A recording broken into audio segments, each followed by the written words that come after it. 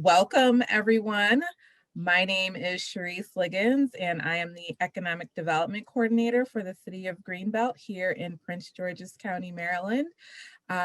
Thank you all for joining us for the strategies for creating engaging client and customer experiences. I'm really happy to have this conversation with our panelists of local Greenbelt businesses who have, had various degrees of experiences with managing client and customer service experiences during this pandemic. And as we continue to reopen, return to work, and reimagine life beyond the COVID-19 pandemic, I've gotten feedback from many businesses that it would be great to hear from others about best practices and their experiences, and just really get their insights and how we will look ahead to making sure that we build back better, more resilient, stronger businesses. And so I thank you all for joining. I thank our panelists in advance of our conversation. And just a quick housekeeping item, we'll probably save questions for the end of the discussion, but please feel free to use the Q&A function to enter your questions, and I'll be sure to read those questions to our panelists and share it that way. So without further ado, I'd like to give a warm welcome to Rick Dancy, Maria Gutierrez, and Lisa Nelson. I will read a very quick bio of each, and then we will jump right into conversation. So Rick serves as the Chief Growth and Strategy Officer of T-Rex Solutions. He's responsible for business development, proposal management, and strategic planning. Prior to joining T-Rex, Rick was Chief Growth Officer at Terra Think, where he grew the small business into a competitive mid-tier firm, which was acquired by CGI Federal in 2020. Rick served as an executive at CACI, managing growth and business systems for the federal civilian market. Rick is a decorated Navy veteran, an MBA graduate of the Kellogg Graduate School of Management at Northwestern University, and earned his bachelor's degree in mathematics from the United States Naval Academy. He also holds a master's in legislative affairs from the George Washington University. Welcome, Rick. Thanks, Sharice. That was, thank you for the bio. That's all true, but it's a lot. It's a mouthful.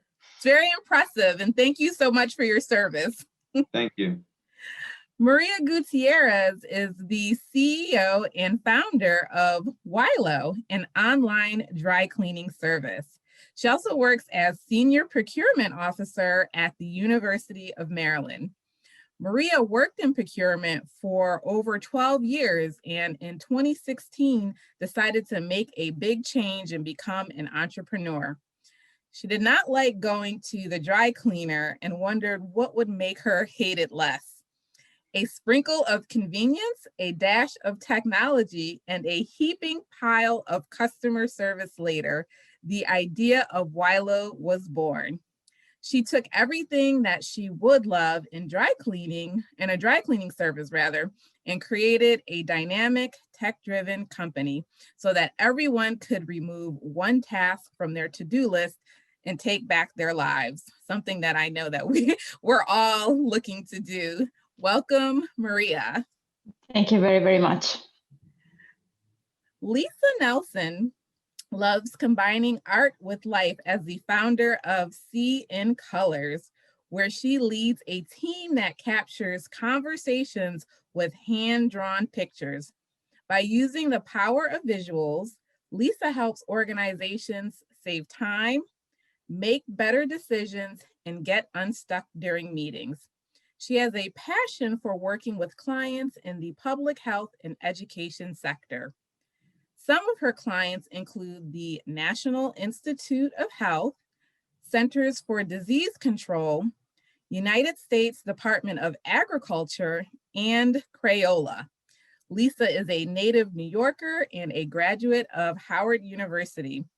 She is a member of the International Forum of Visual Practitioners and is also a certified project management professional. Lisa continues to grow and scale her business and is recognized as an alumni member of the Goldman Sachs 10,000 Small Businesses program. And most recently, her company was certified through the Women's Business Enterprise National Council as a woman-owned business. Another very impressive background. Welcome, Lisa.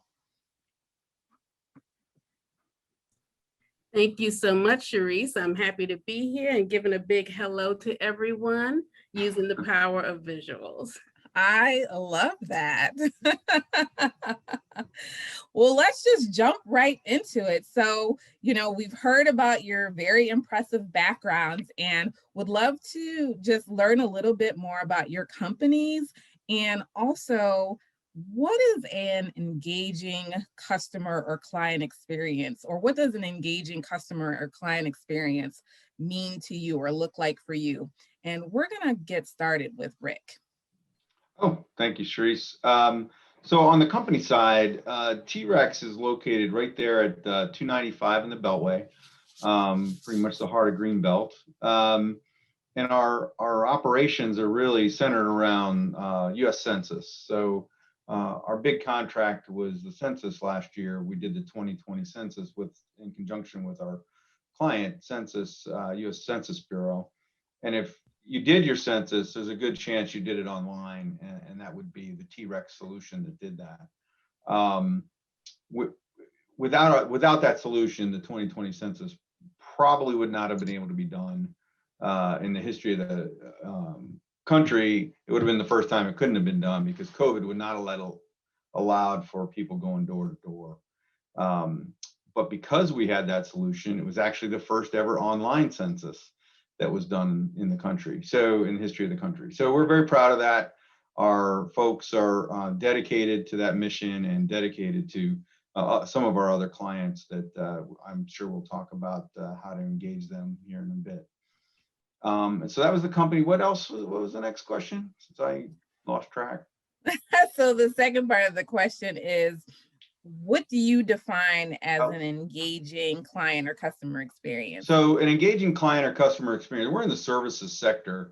So it's all about our employees' engagement. It's not about the CEO's engagement or the C-level officer's engagement. I mean, it's really the people working day to day with the client.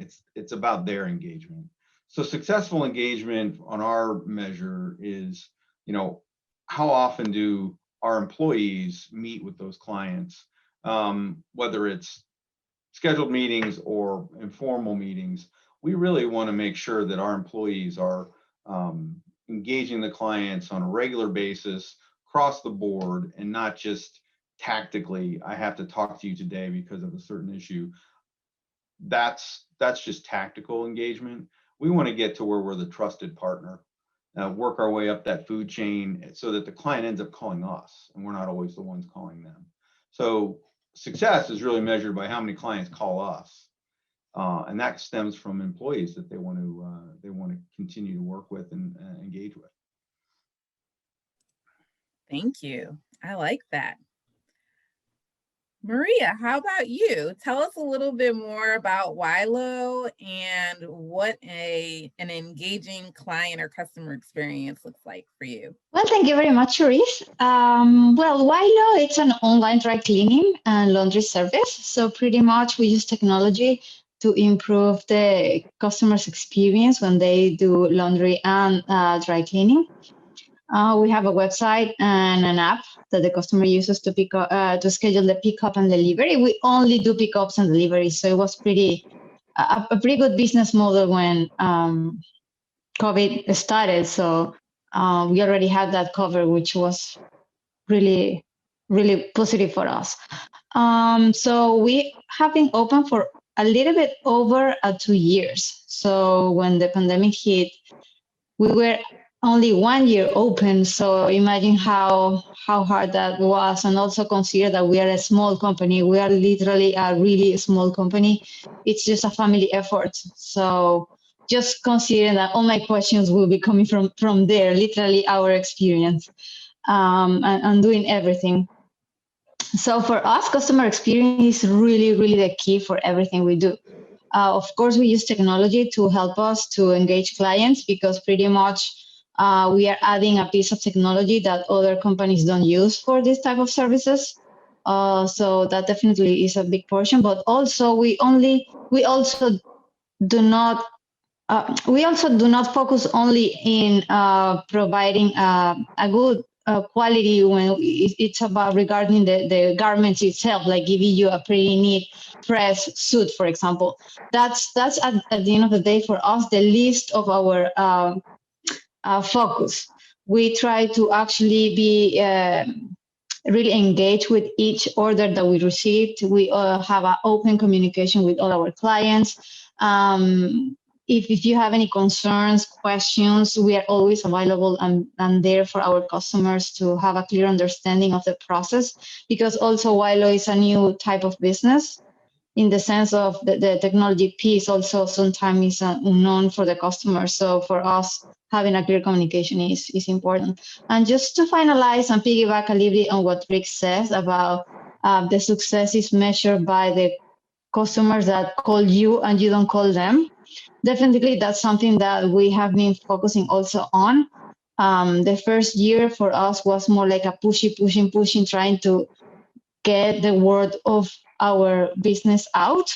But definitely last year was more like in focusing on us and not that much in getting the word out, because people weren't really using that much dry cleaning services, for example.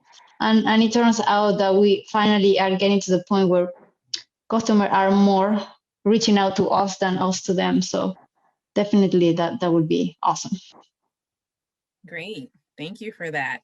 And Lisa, what about you? Tell us more about seeing colors and what that looks like for you in terms of engaging with your clients. Absolutely. So Seeing Colors is a meeting design and facilitation company. Business gets done through meetings. Communication gets done through meetings. However, sometimes in meetings, people can get stuck. They can, get disengaged and really can't make decisions. So our company, using the power of visuals, we help organizations move forward, and we help them see the gaps and see the connections. So whether you're having a small strategic planning meeting with leadership, or you're having a 2,000 person conference, we support from small to large meetings. When it comes to the customer experience, we look at the customer journey, and we focus on having a smooth journey from start to end. And we focus on building the relationship. We're not really looking to be the order taker, we're looking for relationships with our clients. So when I say relationships, an example, one of our clients is based in Texas. So when Texas had that hard, freeze, when was that, the beginning of this year? I called each of them and left a message, sent an email just saying, I'm checking on you. I hope you're okay. I'm all the way in Maryland, not sure what I could do, but I just wanted you to know I was thinking about you. And it was just so well received. I didn't do it for the reason of, trying to get them to call me to buy something. It was a genuine concern. And that's what relationships are about. And that's how we provide that customer service and enrich the journey of our customers when they work with us.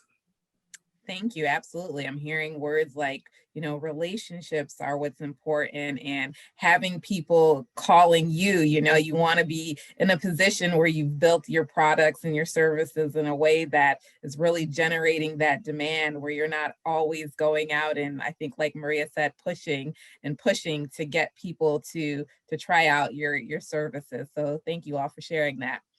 And so my next question to you is focused around what are some of the strategies that you've developed to pivot your customer interactions during the pandemic? So, we're sort of, I guess, seeing the light at the end of the tunnel at this point.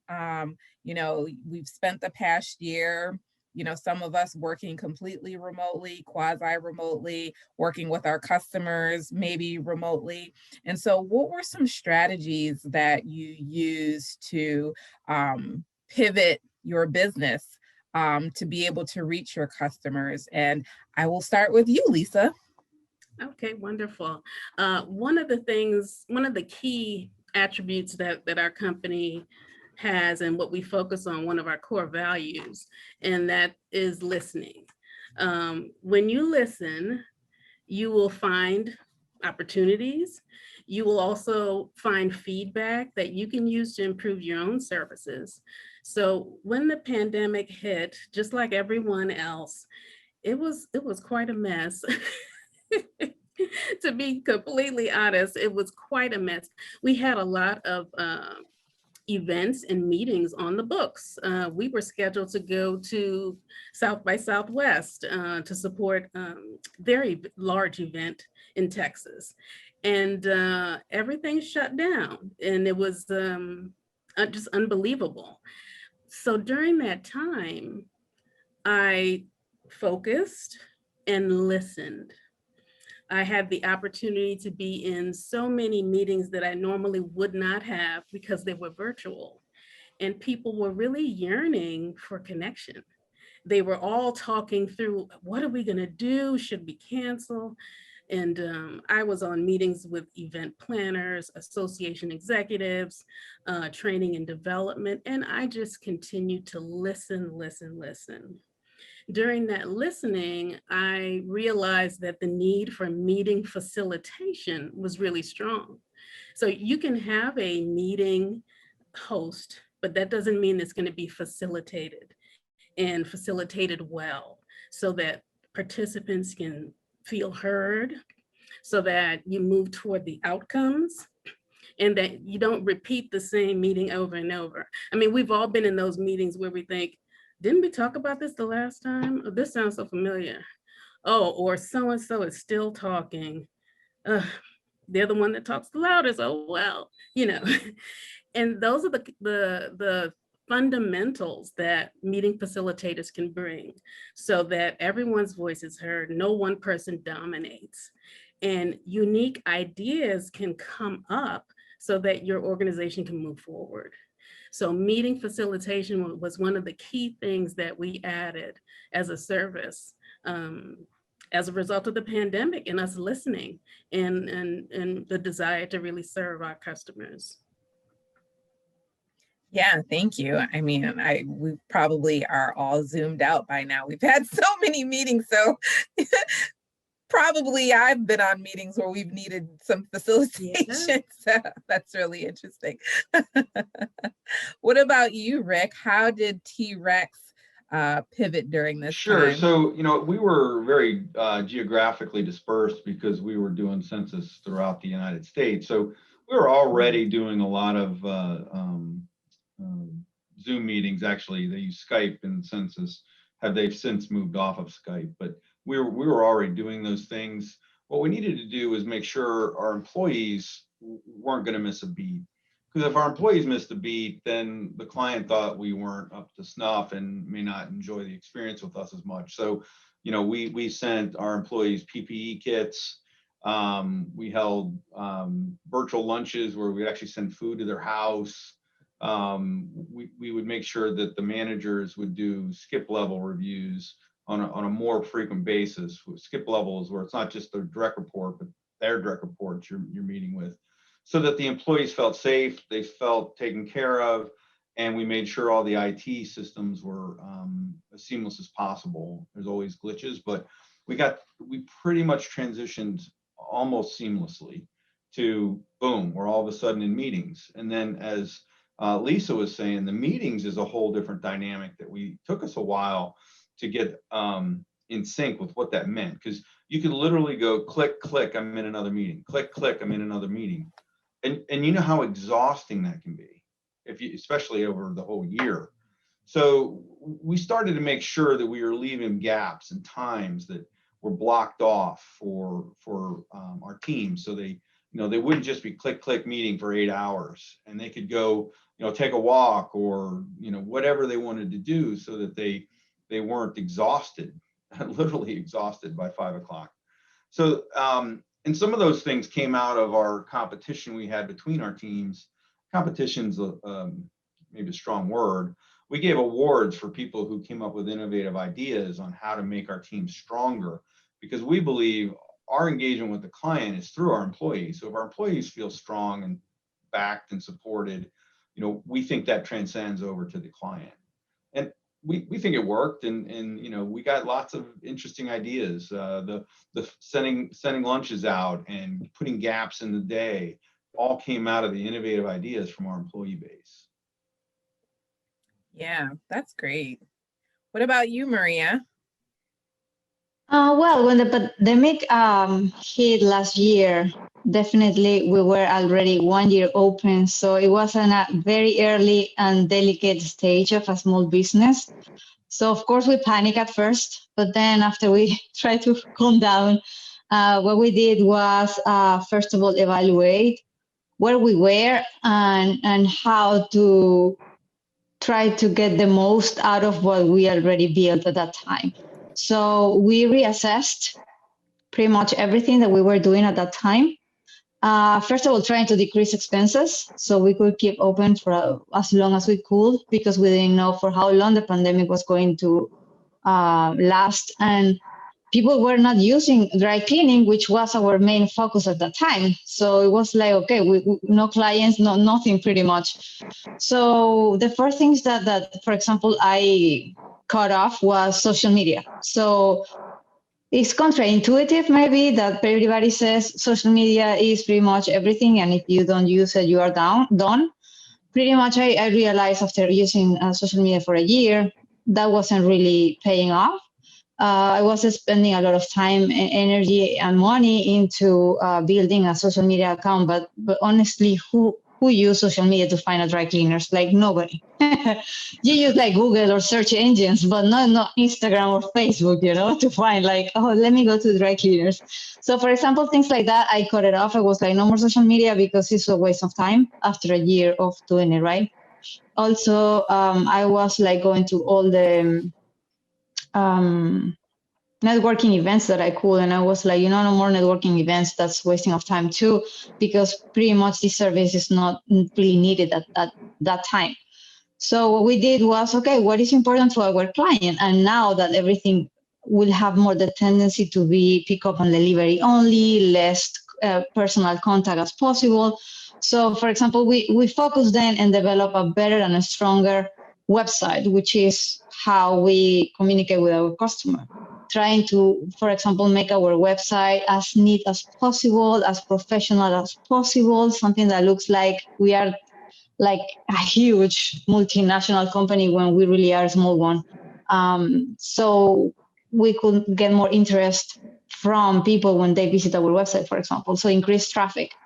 And we also focus like using search engines, advertisement. Those are more tailored for what we do than social media, for example. So using Google Ads, Yahoo Ads, those kind of things.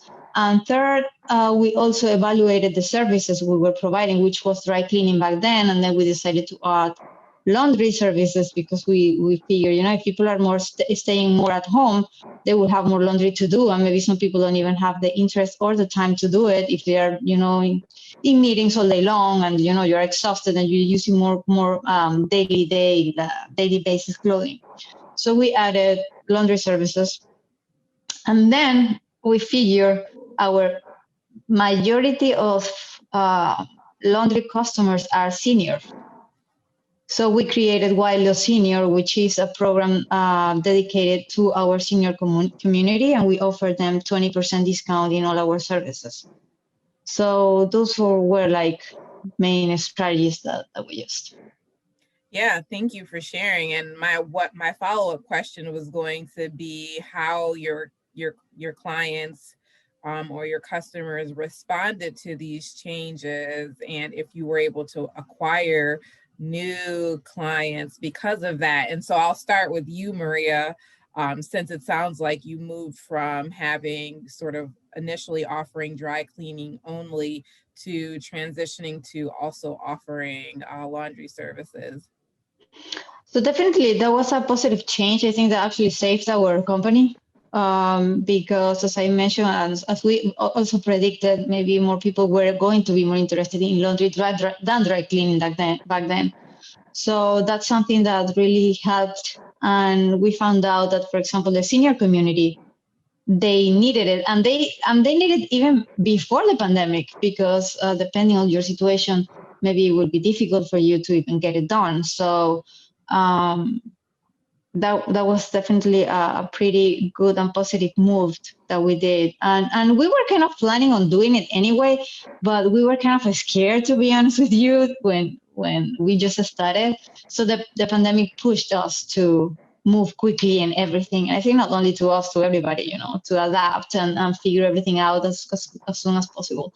And also because I feel like I even changed my perspective of being pushing all the time, trying to get more customer. I changed my mindset, and it was like, let me focus on us, how to get better in everything that we do, how to improve our customer service, how to be better, so more people will be interested in the service. And I think that also paid off. And the Google ads and everything that we have been doing definitely helped us. And we are still open, and we are gradually increasing volume and increasing our data, our customers. So it's been good. Okay, great. What about you, Lisa? Has this sort of pivot, how did your clients respond, and did your sort of changes lead to new or different customers that you weren't even thinking of prior to the pandemic? Yes, I have to tag on with Maria. For us, we always had a roadmap where meeting facilitation, virtual facilitation was always the plan. But the pandemic made me press the gas because yeah, we had to make that change. So I guess a word of advice would be to always plan ahead. Always have a roadmap. There were some businesses that I saw when their core services dried up, they were just looking to sell anything. So selling masks, selling PPE and things like that. And I'm not knocking that, because if it made sense for that business, that's great. But for us, it would not have made sense, because that is not what our core customer is looking for, nor does it line up with our mission. So by having a roadmap, it gave me the opportunity to look and say, you know what, we already thought about this. Let's really go 100% virtual with this. We could do this. Or let's expand our services so our clients could have better meetings. Let's facilitate. Let's do design thinking workshops. So all the things that were on the yellow brick road, but just never really, put it in front of us as quickly as I thought. The pandemic made that, and it increased our business. In 2020, I wouldn't have thought that we would have seen 25% growth in revenue. Not the way that year started, not at all. So repeat customers and referrals, those are the two things that I look for, and we are definitely seeing that. And I know that expanding our services was a part of that success. That's great. How about you, Rick? Yeah, so the census was in the heat of battle, if you will, in the beginning of COVID, And our client wasn't really ready to start talking about success until later in the summer, when they really saw that everything we were doing and our employees were doing was successful. So we knew when we had been successful with the client, when they started talking about how Census was successful. They weren't ready to talk about that before. At any given time, something could have gone wrong, and nothing did. So by August, September, it became okay, we succeeded here. And that's when we actually put our clients in for awards. You know, in the GovCon space, there's always awards. So we end up putting our client in for awards, which they actually won. And then you know, it was a symbiotic relationship in that they trusted us, and so they were now talking our performance. So we would have our clients that are in different agencies referenced over to our client at Census, and they would be happy to talk to them and discuss what happened and how it happened and the technology innovations that we brought. So we knew we were in sync with our client, which we think again came from the employee. And by the end of the year, it was starting to churn. Unfortunately, in the life cycle of government contracting, the awards that we are waiting on, we're still waiting on. So it might still be a while, but we put in quite a few bids based on what we did at Census. Yeah, that's great. I mean, you know, transitioning the census to a, I guess, completely virtual, was it, or were people able to do printed, send them in? I don't even remember. Yeah, so I mean, the online got significantly more engagement than expected, as you would imagine during COVID. Especially when someone will come to your door and they'll say, you can either open the door or you can go online and fill it out. Well, they're going to go online and fill it out. Yeah. So that part of it was successful, and the technology behind it, you know, kept it secure and didn't get in, you know, any data fraud or intrusion. So that went well. So it just was a resounding success that they're now getting awards for, we're getting awards for, and they're talking to other clients for us. Yeah, that's great. And so my next question is going to be around how you manage client expectations. And I feel like we should start with you, because you started to allude to the experience that you were having with the census, you know, not really being reluctant initially to talk about success. And so how did you manage sort of expectations as you were sort of in this space? Well, that did require engagement at the top of our company. It was such a big program that our CEO would have weekly meetings with the senior director over at Census and the CIO over at Census, because that's what it took to get the confidence that, you know, T-Rex was doing what we needed to do to get done. So those meetings were probably all about expectation management, because at any given time there was something that wasn't quite right. So you had to just set the bar so that you were meeting the requirement, and that's what those senior level meetings were about. The metrics were set early on. I mean, that was all part of the plan. This is what we're going to achieve. And when we exceeded them, like I just said on the online percentages, you know, you make note of that. You know, you take credit for your successes too. So that might give you a little bit of leeway on ones that are not quite there, right? So yeah, our CEO played that very well, has a great relationship with the client, and they trust him. And that's what it's about. I mean, you can set the expectations and be off, but if they trust you, they're still gonna want to work with you. It's about the trust. Yeah, thank you for that. Maria, what about you? You know, you're sort of transitioning to a completely new service. How is managing expectations for your customers? Well, definitely that's a thing when you offer a service and everybody has their own ideas and their own way to imagine how the service is going to work, especially if you're not tech savvy, when I talk to people and I say, well, you can do it using our website, sometimes people freak out and just explaining. So definitely open communication is key for us.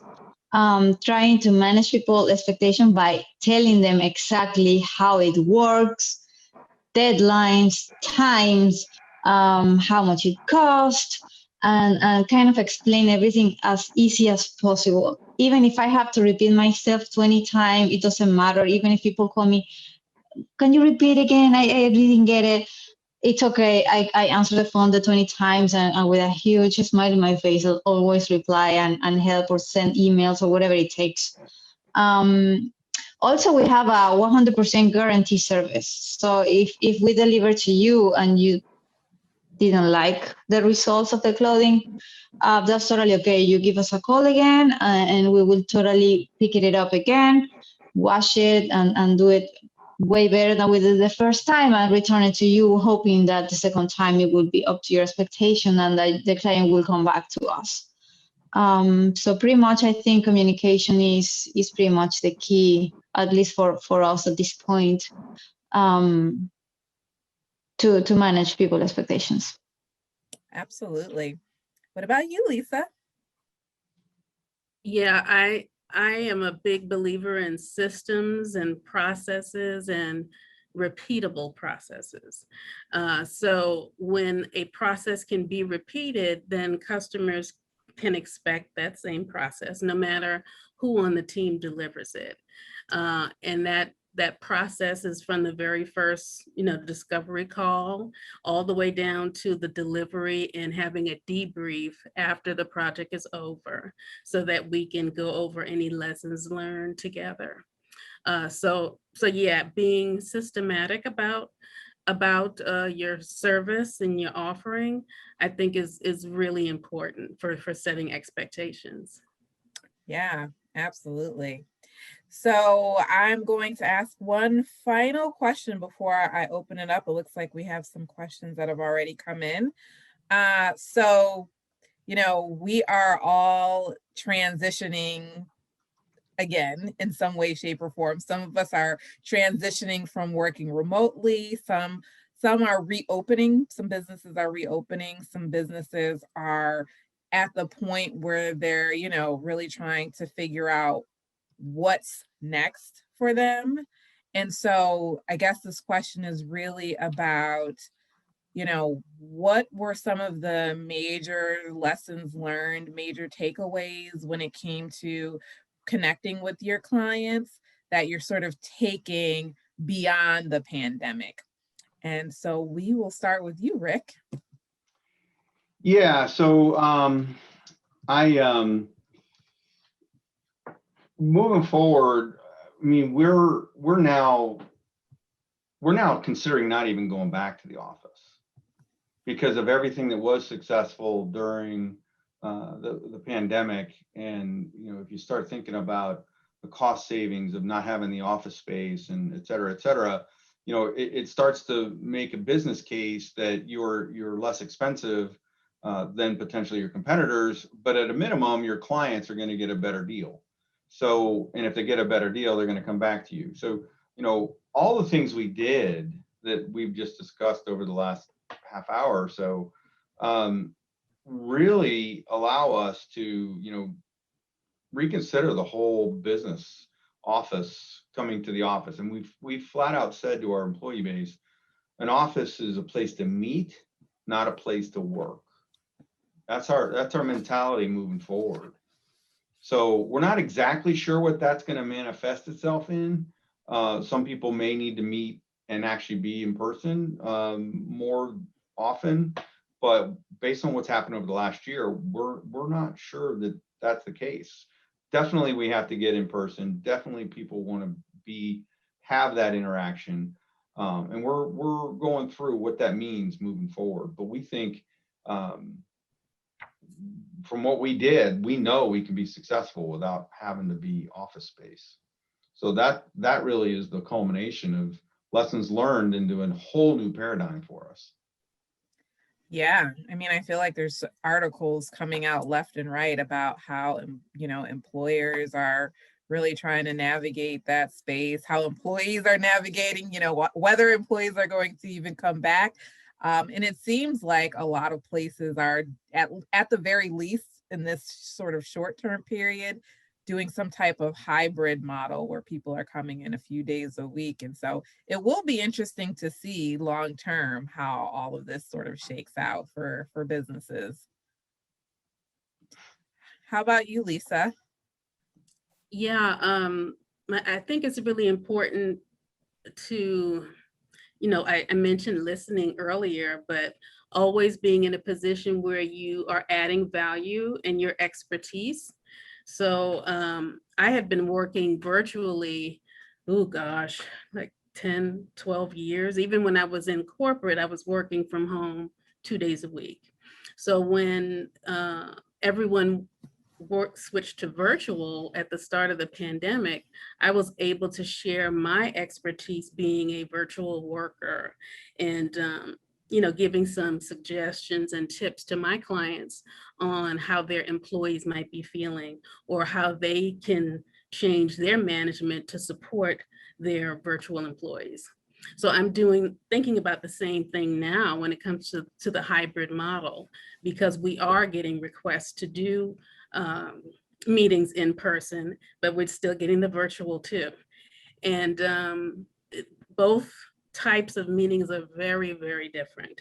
In a lot of ways, a hybrid meeting can really be two meetings. It's the person who's facilitating in person, but the people who are online, you cannot forget them. So in a sense, they need a virtual facilitator also. And yeah, it's quite a bit to design, and successful meetings don't happen by accident. So that's how we add our expertise to show value to our clients. Yeah, thank you for that. And Maria? Well, for us, we don't really telework. We have to actually do everything. So that is not an issue for us. So we're going to keep pretty much growing and reassessing where we are, because as we did back when the pandemic started, we had to reassess to where we are, what experience we have up to that point, and take decision from it. So definitely right now is another key moment where we are reassessing again where we are, what we learned from this experience. We will definitely keep doing the things that we succeed at. So of course that will keep going, and then maybe reassessed again. I don't know. The other marketing strategies like social media, for example, maybe will it make sense to add it again or not, or for example, starting going back to networking or other those kind of things that we kind of put on hold. Definitely reassessed. That will be right now we're actually doing that. Okay, great. It looks like we have a couple of questions. I think the first one is for you, Maria. Do you own your own dry cleaning? Do you own your own cleaning and laundry plant? If not, how do you assess quality cleaning services for your clients? So we don't own the plant. Those one of the things that is have been working in our advantage, because we don't have to worry about keeping the plant running and opening and open and everything during the pandemic. So I am glad that we don't actually own one. So quality is a key for us. So before we partnered up with the cleaners, we try it ourselves even before we talk to them about our interest on doing business with them. We try ourselves, see how the quality is, how the results are, and then if we like it, then I approach them and see if we can actually partner up. So definitely one of the things that I discuss with all the cleaning companies that we are partnering up with is that the quality must be the best you can give us, because otherwise my business is in your hands, pretty much. So we inspect as much as we can the garments. And as I mentioned, we have the 100% guarantee service. So if you don't like it, you return it and we will do it again as for free, up to your expectation. So that's the other way that we can try to mitigate any mistakes that the partners can make. All right, great. Thank you. It looks like this question might be for both you, Lisa, and Rick. How do you confront the oftentimes a meeting is a cul-de-sac where good ideas go to die? That is so true. I'll take a first stab at that. So there are definitely great ideas. In fact, you want to empower your teams to come up with the ideas, and you want to empower your teams to believe the ideas are going to work. But oftentimes people come to meetings and they have an idea and they want to wash their hands of it and say, somebody else take this. And that doesn't scale, right? Because that just comes up to me or one of my peers, and all of a sudden we have all these ideas to field. That's where the death comes in. We can't do it all. So my response in those situations, which happen very frequently, is to great idea. How about putting something together on how that would work, and maybe an estimate of what those costs would be. And honestly, if they do it, we're going to listen, and we're going to debate it, and we're going to figure out if it's going to work with us. But at least 50% of the time, that idea never goes past that person, because they aren't willing to do that extra page and thinking to bring it back up. And that's when you know if you've got an employee who just wants to kibitz and dish stuff off on other people, or whether they're engaged in being a part of the company's growth. Yeah, I will add to what Rick is sharing. When it comes to meetings, one of the wonderful things, one of the benefits of having a meeting facilitator or a graphic recorder to be a part of your meeting, typically leadership meeting, strategic planning, things like that, is that we are a neutral party. So whatever ideas are shared in the room, we're not weighing, oh, that came from John. John is always saying blah, blah, blah. Or, that came from so-and-so. An idea is an idea. We always encourage any meeting facilitator to have what they call a parking lot. So you take a white flip chart or use your whiteboard, you write the word parking lot. And as you're going through your meeting, if something comes up that is not tied to the agenda or exactly to a section that you're discussing, you say, hey, we're going to add those kinds of comments to the parking lot. In the last 5 minutes of the meeting, we're going to review the parking lot and see what the next steps are and who's responsible for those steps. That way, people know that their voice is heard, you document the idea, and you can move forward. Or if you don't like the parking lot, sometimes we call it the fridge, a place to keep the ideas cool. Parking lot might sound like a cul-de-sac, so put it in the fridge, whatever works, I love the play on words. Yeah. Let me see. There were a couple of other questions that I had that were sort of like, quick response types of questions, and we have a little bit of time left that might be helpful for people.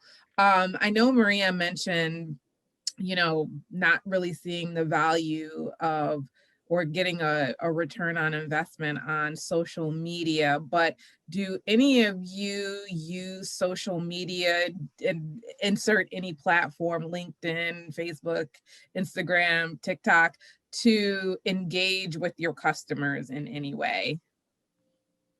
Absolutely. I use social media quite a bit and have for a long time.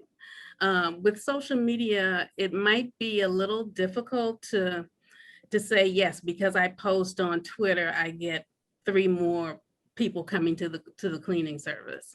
But social media keeps you top of mind. So whenever someone sees your post, it's like, oh yeah, Maria, or they get your newsletter, oh yeah, Maria, yeah.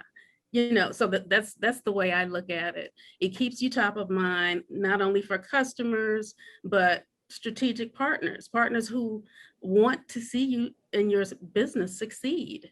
They may not need to use your service, but oh wow, they just heard about, some need for, a large number of uniforms that need to be cleaned. And using social media to ask for help. I often will say, we're looking to hire some interns. Anybody have any resources? I'm looking to partner with more people. Are you a consultant, a meeting facilitator? So maybe with your cleaning service, you're looking to partner with people with uniforms, So that's how you can use social media also. So yeah, I love LinkedIn and Twitter and Instagram too. You have to know which channel works best for you. Great. And Thank you very much.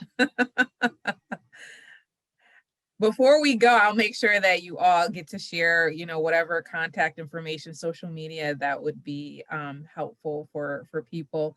What about you, Rick? So T-Rex is definitely more of a B2B type of business. What, if any, social platforms do you use, and how do you use them to sort of engage with your clients? Yeah, and it's different levels, because it's not just the clients, it's the employees. So we have an email every week that goes out, and it's got all the important things we want to say that week, whether it's, hey, it's time to re-up your benefits, or it's mid-year performance reviews, or so-and-so just got hired, so-and-so just had a baby. I mean, we do that to the employees, and we do that through email.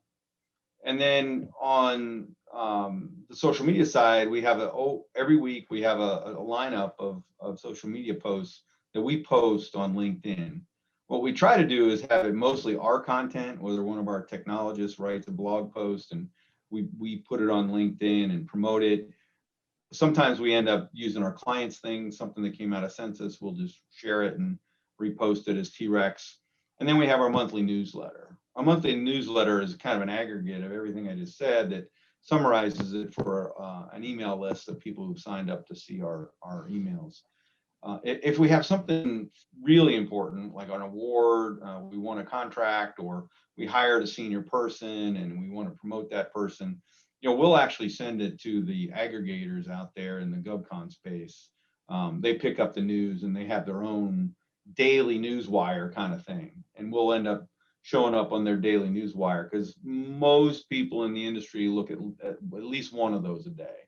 Either GovCon Wire or G2 Exchange or whatever it is, we'll show up on there because we're engaged with their social media person, team, and we put our content on that newsletter. So it's multidimensional. Mm-hmm. Yeah, I'm glad that you mentioned email, because I think sometimes people forget how powerful, email communications are, especially if you're sending out updates or newsletters or things like that. They're really great tools. Maria, did you want to add anything or? Well, thank you very much, Lisa, for your point of view. Definitely, you are right.